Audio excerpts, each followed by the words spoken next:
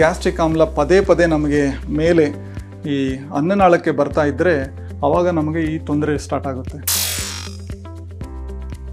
ಎದೆ ಎಲ್ಲ ಉರಿ ಬರ್ತಾ ಇರೋದು, ಯಾಕಂದರೆ ಈ ಗ್ಯಾಸ್ಟ್ರಿಕ್ ಆಮ್ಲ ಅನ್ನೋದು ಪದೇ ಪದೇ ಅನ್ನನಾಳಕ್ಕೆ ಬಂದರೆ ಅನ್ನನಾಳ ತುಂಬ ಸೆನ್ಸಿಟಿವ್. ಹೊಟ್ಟೆಯಲ್ಲಿರೋ ಲಿಕ್ವಿಡು ಮೇಲೆ ಬರೋದು, ಹುಳಿ ನೀರು ಥರ ಬರೋದು, ಹುಳಿ ತೇಗ್ ಥರ ಬರೋದು. ಬಟ್ ಈ ಗ್ಯಾಸ್ಟ್ರಿಕ್ ಆಮ್ಲ ಅನ್ನೋದು ಮೇಲೆ ಬಂದು ಈ ಗಂಟ್ಲೆಲ್ಲ ಡ್ಯಾಮೇಜ್ ಮಾಡ್ತಾ ಇರುತ್ತೆ. ಸೊ ಪದೇ ಪದೇ ಗಂಟ್ಲು ನೋವು. ಇನ್ನು ಕೆಲವರು ಊಟ ಟೈಮ್ಗೆ ಅಂತ ತಿನ್ನೋದಿಲ್ಲ. ಮಧ್ಯಾಹ್ನ ಒಂದು ದಿನ 1 ಗಂಟೆಗೆ ಊಟ ಮಾಡ್ತಾರೆ, ಇನ್ನೊಂದು ದಿನ 5 ಗಂಟೆಗೆ ಊಟ ಮಾಡ್ತಾ ಇರ್ತಾರೆ. ನೀವು ಚೇಂಜಸ್ಸು ಬದಲಾವಣೆ ಮಾಡಬಹುದು ನಿಮ್ಮ ಒಂದು ಜೀವನ ಶೈಲಿಯಲ್ಲಿ, ನೀವು ತಿನ್ನೋ ಆಹಾರದಲ್ಲಿ. ಇದರ ಬಗ್ಗೆ ನೋಡೋಣ.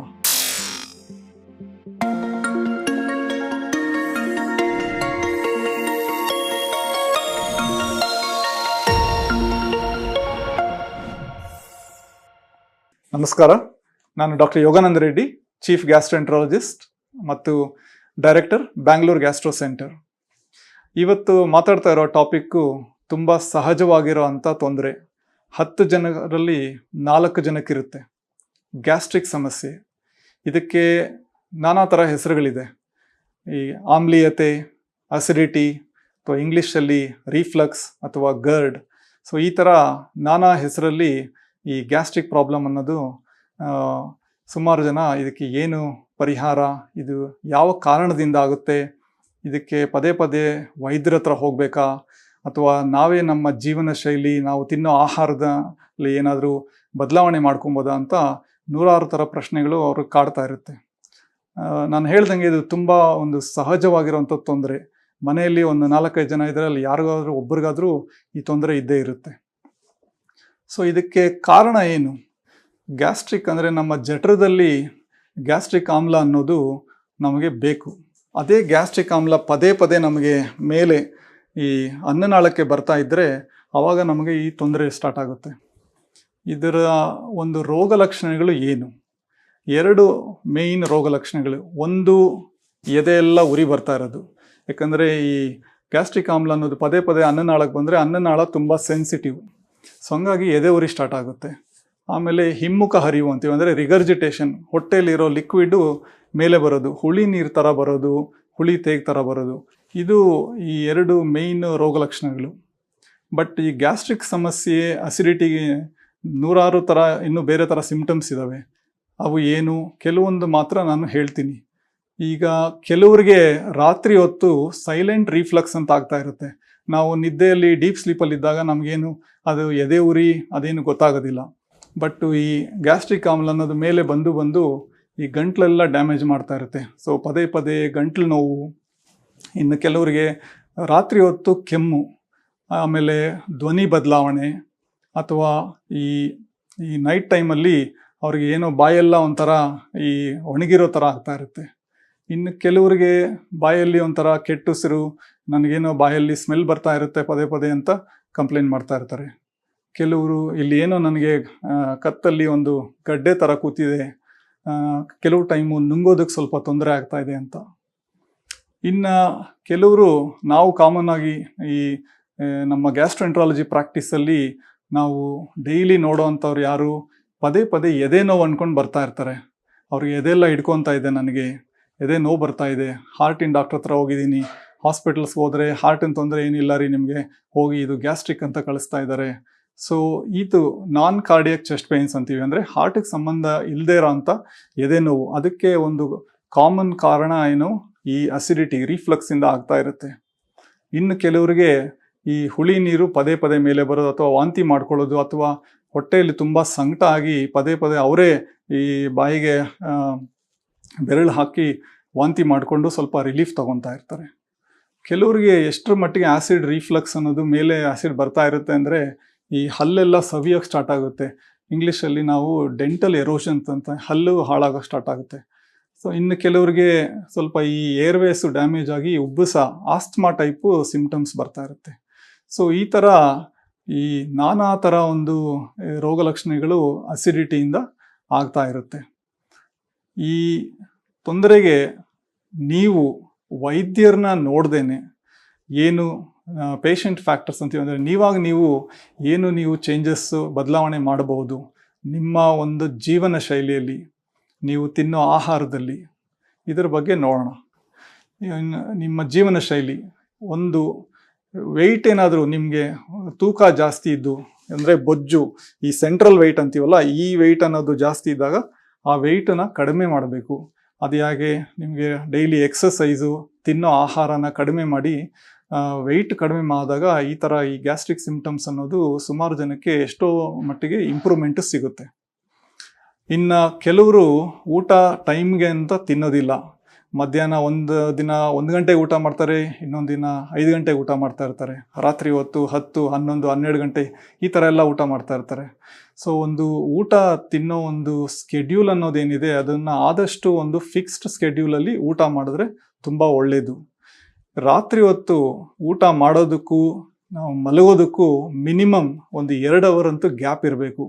ಕೆಲವು ಟೈಮ್ ಏನಾಗುತ್ತೆ, ತುಂಬ ಲೇಟಾಗಿ ಕೆಲಸದಿಂದ ಬಂದಿರ್ತಾರೆ, ಹೊಟ್ಟೆ ತುಂಬ ಊಟ ಮಾಡಿ ಹಾಗೆ ಮಲಗಿಬಿಡ್ತಾರೆ. ಆಗೇನಾಗುತ್ತೆ, ಹೊಟ್ಟೆ ತುಂಬ ಇರೋ ಒಂದು ಗ್ಯಾಸ್ಟ್ರಿಕ್ ಆ್ಯಸಿಡ್ಡು, ನಮ್ಮ ಪಿತ್ತ, ಲಿವರಿಂದ ಬಂದಿರೋ ಪಿತ್ತ, ಈ ಹೊಟ್ಟೆಯಲ್ಲಿರೋ ಊಟ ಎಲ್ಲನೂ ಮಿಕ್ಸ್ ಆಗಿ ಹೊಟ್ಟೆ ಒಂಥರ ಊದ್ಕೊಳ್ಳೋಂಗಿರುತ್ತೆ. ಆವಾಗ ಈಸಿಯಾಗಿ ಅದು ಮೇಲೆ ಬರ್ತಾ ಇರುತ್ತೆ, ಅಜೀರ್ಣ. ಸೊ ಇದು ಒಂದು ಕಾಮನ್ ಆಗಿ ನಾನು ನನ್ನ ಕ್ಲಿನಿಕಲ್ ಪ್ರಾಕ್ಟೀಸಲ್ಲಿ ನೋಡ್ತಾ ಇರ್ತೀನಿ. ಸೊ ಆದಷ್ಟು ನೀವು ನೈಟ್ ಟೈಮು ತುಂಬ ಲೇಟಾಗಿ ಬಂದಿದ್ದೀನಿ ಅಂತ ಇದ್ದರೆ ತುಂಬ ಹಗುರವಾಗಿರೋ ಲೈಟ್ ಫುಡ್ಡು ತಗೊಳ್ಳಿ.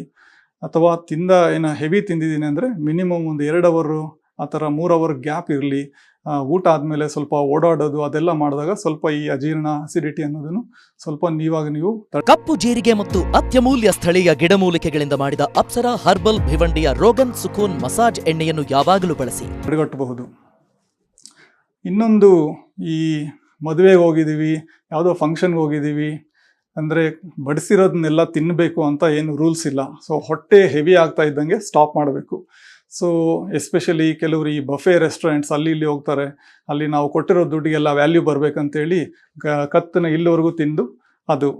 ಸೊ ಈ ಥರದ ಹೆವಿಯಾಗಿ ತಿನ್ನೋದು, ಈ ಎಕ್ಸೆಸ್ ಓವರ್ ಈಟಿಂಗ್ ಅಂತೀವಲ್ಲ, ಇದು ಒಂದು ಒನ್ ಆಫ್ ದ ಕಾಮನ್ ಕಾರಣಗಳು ಈ ಅಸಿಡಿಟಿ ಅನ್ನೋದನ್ನು ಟ್ರಿಗರ್ ಮಾಡೋದಕ್ಕೆ. ಸೊ ಆದಷ್ಟು ಈ ಥರದ್ದೆಲ್ಲ ನೀವು ಅವಾಯ್ಡ್ ಮಾಡ್ಕೊಬೋದು.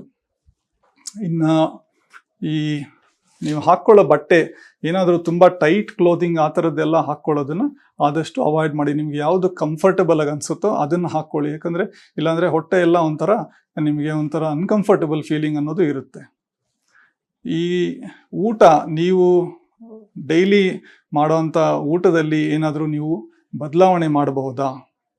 ಒಂದು, ಫುಡ್ಡು ಯಾವುದರಲ್ಲಾದರೆ ಕೊಬ್ಬಿನಂಶ ಅಥವಾ ಫ್ಯಾಟ್ ಕಾಂಟೆಂಟು ಅಥವಾ ಫುಡ್ಡು ತುಂಬ ಆಯಿಲಿ ಗ್ರೀಸಿ ಫುಡ್ಡು ಅಂಥದನ್ನು ನೀವು ರೆಡ್ಯೂಸ್ ಮಾಡಬೇಕಾಗುತ್ತೆ.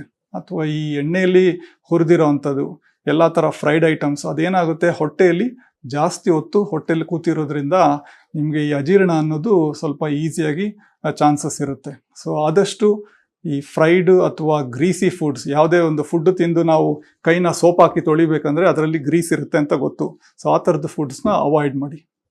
ಇನ್ನು ಸಿಟ್ರಿಕ್ ಫುಡ್ಸ್ ಅಂದರೆ ಹುಳಿ ಪದಾರ್ಥ, ಯಾವುದು ಈ ನಿಂಬೆಹಣ್ಣು ಅಥವಾ ಈ ನಮ್ಮ ಫ್ರೂಟ್ಸಲ್ಲಿ ಕಿತ್ತಳೆ ಹಣ್ಣು, ಮೂಸಂಬಿ, ಕಿವಿ, ಪೈನಾಪಲ್, ಈ ಥರ ಯಾವುದೇ ಹುಳಿ ಇರೋ ಅಂಥವು ನಿಮಗೆ ಅಸಿಡಿಟಿ ಅನ್ನೋದಿದ್ದಾಗ ಅದನ್ನು ಆದಷ್ಟು ನೀವು ಕಡಿಮೆ ಮಾಡಿದ್ರೆ ಒಳ್ಳೆಯದು. ಕೆಲವ್ರಿಗೆ ಈ ಕೋವಿಡ್ ಆದಮೇಲೆ ಎಸ್ಪೆಷಲಿ ನಿಂಬೆಹಣ್ಣು ಹಾಕೊಂಡು ಬೆಳಗ್ಗೆ ನೀರು ಕುಡಿಯೋದು, ಅದೇನೋ ಇಮ್ಯುನಿಟಿ ಇಂಪ್ರೂವ್ ಆಗುತ್ತೆ ಅದು ಇದು ಅಂತ ಒಂದು ಕಾಮನ್ ಆಗಿ ಒಂದು ಇದಿರುತ್ತೆ. ಸೊ ನೀವು ಆದಷ್ಟು ಆ ಥರದ್ದೇನೋ ಅಭ್ಯಾಸ ಇದ್ದರೆ ಆದಷ್ಟು ಈ ನಿಂಬೆಹಣ್ಣು, ಸಿಟ್ರಿಕ್ ಐಟಮ್ಸ್ನ ನೀವು ಕಟ್ ಮಾಡಿ. ಇನ್ನು ಕೆಲವರಿಗೆ ಕಾಫಿ, ಟೀ ಅನ್ನೋದು ಒಂದು ಡೈಲಿ ಅದೊಂದು ಹ್ಯಾಬಿಟ್ಟು, ಅದು ಒಂಥರ ಅಡಿಕ್ಷನ್ನು. 8, 10, ಕೆಲವರು 15 ಕಪ್ವರೆಗೂ ಕುಡಿತಾ ಇರ್ತಾರೆ. ಚಿಕ್ಕ ಚಿಕ್ಕ ಕಪ್ ಆದ್ರೂ ಅದನ್ನೆಲ್ಲ ಟೋಟಲ್ ಮಾಡಿದಾಗ ಕಾಫಿ ಇಂಟೇಕು, ಈ ಕೆಫೀನ್ ಅನ್ನೋದು ನಮಗೆ ಈ ಅಸಿಡಿಟಿ ಈ ಕಾರಣಕ್ಕೆ ಒಂದು ಪ್ರಿಡಿಸ್ಪೋಸಿಂಗ್ ಅದು. ಸೊ ಆದಷ್ಟು ಕಾಫಿ, ಟೀ ನೀವು ಕುಡಿಲೇಬೇಕಂದ್ರೆ ಒಂದು ಅರ್ಧ ಕಪ್ಪು ಬೆಳಗ್ಗೆ, ಒಂದು ಅರ್ಧ ಕಪ್ಪು ಸಾಯಂಕಾಲ, ಒಂದು 2 ಕಪ್ಪು ಮ್ಯಾಕ್ಸಿಮಮ್ ಒಂದು ದಿನದಲ್ಲಿ. ಇನ್ನು ಈ ತಂಪು ಪಾನೀಯಗಳು, ಸಾಫ್ಟ್ ಡ್ರಿಂಕ್ಸ್, ಅದರಲ್ಲೆಲ್ಲ ಕಾರ್ಬನ್ ಡೈಆಕ್ಸೈಡ್ ಗ್ಯಾಸ್ ಇರುತ್ತೆ. ಕೆಲವು ಟೈಮು ಅವ್ರಿಗೇನೋ ಸ್ವಲ್ಪ ಅನೀಸಿಯಾಗಿರುತ್ತೆ ಅಂಥೇಳಿ ಈ ತಂಪು ಪಾನೀಯಗಳು ಕುಡಿಯೋಕ್ಕೆ ಸ್ಟಾರ್ಟ್ ಮಾಡ್ತಾರೆ. ಅದು ಏನೋ ಟೆಂಪ್ರರಿ ರಿಲೀಫ್ ಸಿಗ್ಬೋದು ನಿಮಗೆ, ಬಟ್ ಅದು ಪದೇ ಪದೇ ತಗೊಂಡಾಗ ಈ ಅಸಿಡಿಟಿಗೂ ಅದು ಒಂದು ಕಾರಣ ಇರುತ್ತೆ. ಇನ್ನು ಈ ನಿಮ್ಮ ಜೀವನ ಶೈಲಿಯಲ್ಲಿ ಮೇಯ್ನ್ 2 ಇಂಪಾರ್ಟೆಂಟ್ ಫ್ಯಾಕ್ಟರ್ಸು. ಒಂದು ಈ ಮದ್ಯಪಾನ. ಸೊ ಆಲ್ಕೋಹಾಲ್ ನೀವು ತಗೊಳ್ಳೋದಾದರೆ ಯಾವಾಗೋ ಅಪರೂಪಕ್ಕೆ ತಗೊಳ್ಳೋದು, ಸ್ಮಾಲರ್ ಕ್ವಾಂಟಿಟೀಸಲ್ಲಿ ಸೋಷಲ್ ಇವೆಂಟ್ಸಲ್ಲಿ ತಗೊಳ್ಳೋದು ಅದು ಓಕೆ. ಬಟ್ ರೆಗ್ಯುಲರ್ ಆಗಿ ಆಲ್ಕೋಹಾಲ್ ಸೇವನೆ ಮಾಡ್ತಾ ಇದ್ದರೆ ಅಸಿಡಿಟಿಗೆ ನಿಮಗೆ ಅದೊಂದು ರೀಸನ್ ಇರುತ್ತೆ. ಸೊ ಅಥವಾ ಕೆಲವರಿಗೆ ಸ್ವಲ್ಪ ಆಲ್ಕೋಹಾಲ್ ತಗೊಂಡ್ರೂ ಗ್ಯಾಸ್ಟ್ರಿಕ್ ಅಸಿಡಿಟಿ ಅಥವಾ ಈ ರಿಫ್ಲಕ್ಸ್ ಅನ್ನೋದು ಆಗ್ತಾ ಇದ್ದರೆ ನೀವು ಅವಾಯ್ಡ್ ಮಾಡ್ಕೊಳ್ಳೋದು ಒಳ್ಳೆಯದು. ಇನ್ನು ಮದ್ಯಪಾನ, ಸ್ಮೋಕಿಂಗ್ ಕ್ವಿಟ್ ಮಾಡಿದ್ರೆ ನಿಮಗೆ ತುಂಬಾ ರಿಲೀಫ್ ಇರುತ್ತೆ. ಯಾಕಂದರೆ ಈ ಸ್ಮೋಕಿಂಗ್ ಅನ್ನೋದು, ನಿಕೋಟಿನ್ ಅನ್ನೋದು ನಮ್ಮ ಈ ಅನ್ನನಾಳ ಆಮೇಲೆ ಜಠರ ಮಧ್ಯದಲ್ಲಿ ಒಂದು ವಾಲ್ವ್ ಅನ್ನೋದು ಇರುತ್ತೆ, ಅದನ್ನು ತುಂಬ ರಿಲ್ಯಾಕ್ಸ್ ಮಾಡ್ತಾ ಇರುತ್ತೆ. ಸೊ ಹಂಗಾಗಿ ನಿಮಗೆ ಅಸಿಡಿಟಿ ಅನ್ನೋದು ಈಸಿಯಾಗಿ ಆಗ್ತಾ ಇರುತ್ತೆ. ಸೊ ನೀವು ಸ್ಮೋಕಿಂಗ್ನ ಎಷ್ಟು ಬೇಗ ಕ್ವಿಟ್ ಮಾಡಿಕೊಂಡ್ರೆ ಅಷ್ಟು ಒಳ್ಳೆಯದು.